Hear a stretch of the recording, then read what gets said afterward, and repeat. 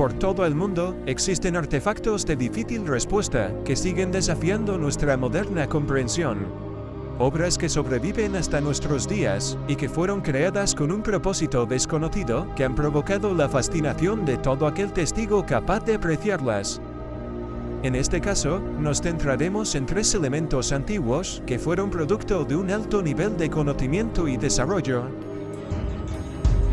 El Palacio Ruso de Bábolovo, cercano a la ciudad de San Petersburgo, actualmente es un recinto en ruinas. Sin embargo, todavía alberga un objeto rodeado de un increíble misterio. Hablamos del artefacto megalítico al que llaman la Bañera del Zar, que se encuentra impasible en una de las estancias del palacio. Este edificio fue construido a finales del siglo XVIII por orden de Catalina la Grande, pero a principios del siglo XIX fue reformado por su nieto, el zar Alejandro I. Se decía que el zar utilizaba este palacio para sus encuentros furtivos con Sofía Bello, hija de un importante magnate de la banca. La reforma de esta edificación tenía como objetivo acondicionar la estancia que se levantaría alrededor de la bañera gigante. Según algunas fuentes, este maravilloso artefacto fue elaborado a partir de un solo bloque de granito de 160 toneladas de peso y que tuvo que sortear grandes distancias por tierra y mar, ya que fue transportado desde las islas finlandesas por un grupo de masones dirigidos por Vasily Sukhanov. El equipo de artesanos de Sukhanov trabajó durante 10 largos años para vaciar y pulir el granito hasta conseguir el resultado esperado. Una colosal bañera de 48 toneladas, que tiene capacidad para contener 120.000 litros de agua. Este objeto estuvo en peligro durante la Segunda Guerra Mundial, ya que el Palacio de Bábolovo fue prácticamente destruido por los nazis. Sin embargo, milagrosamente, la bañera de granito permaneció intacta.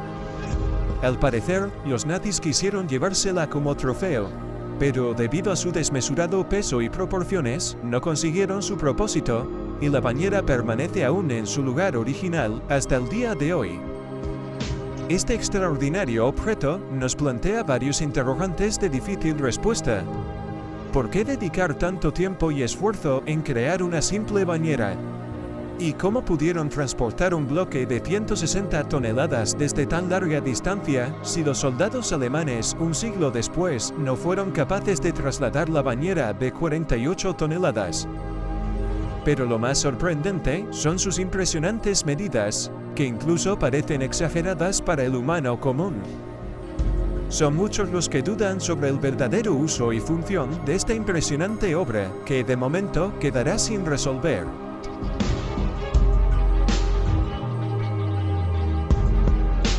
En la costa oriental del Mediterráneo se encuentra Bet Searim, la necrópolis judía más importante de Israel, es decir, uno de los lugares más sagrados de la antigüedad de la religión judía. Cercana a las catacumbas se abre una caverna natural que permaneció cubierta de lodo durante casi 2 milenios, hasta que en el año 1956 decidieron acondicionar la cueva para convertirla en un pequeño museo. Al retirar las capas de sedimentos naturales, se toparon con algo tan desmesurado que no pudieron mover.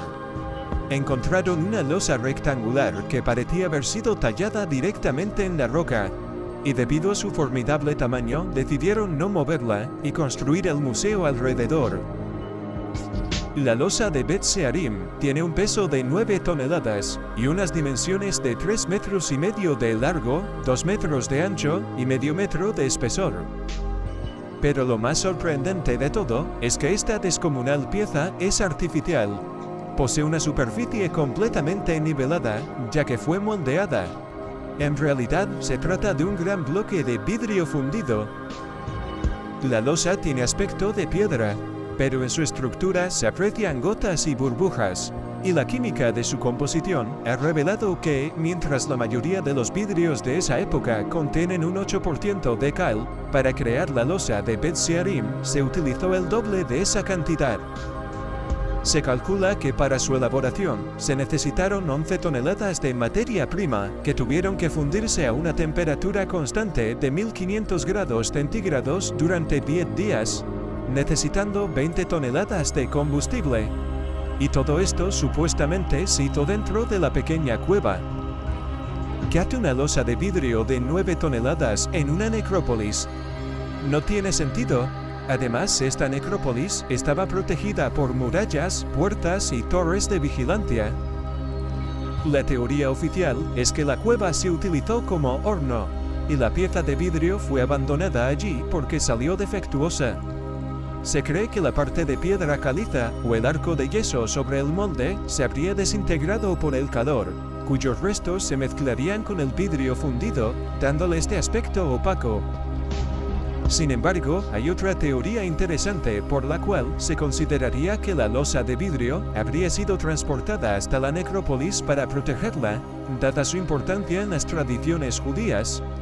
De hecho, se considera que podría proceder del Templo de Salomón. En el capítulo 6 del Libro de los Reyes se ofrecen detalles de la construcción del Templo de Salomón, y dentro del versículo 4 se puede leer: Salomón puso ventanas estrechas en lo alto de los muros del templo. Y si este versículo se extrae directamente del hebreo, a la palabra ventana le siguen los términos que se podrían traducir como transparente y sellado.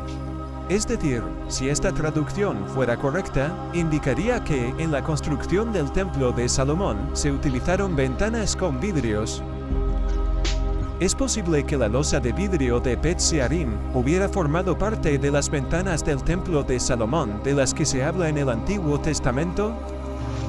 Quizá cuando el templo fue destruido hacia el siglo VI a.C., el incendio carbonizó su superficie, dejando ese aspecto opaco, y posteriormente fue trasladado a la necrópolis, un lugar sagrado como recuerdo de Salomón y su templo, quedando allí sepultada por siglos.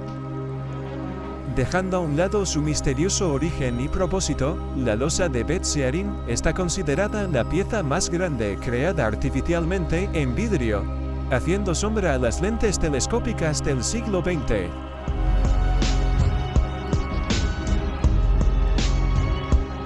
Muchos de los monumentos y obras que hay repartidos por Egipto se elaboraron con material procedente de la cantera de Asuán.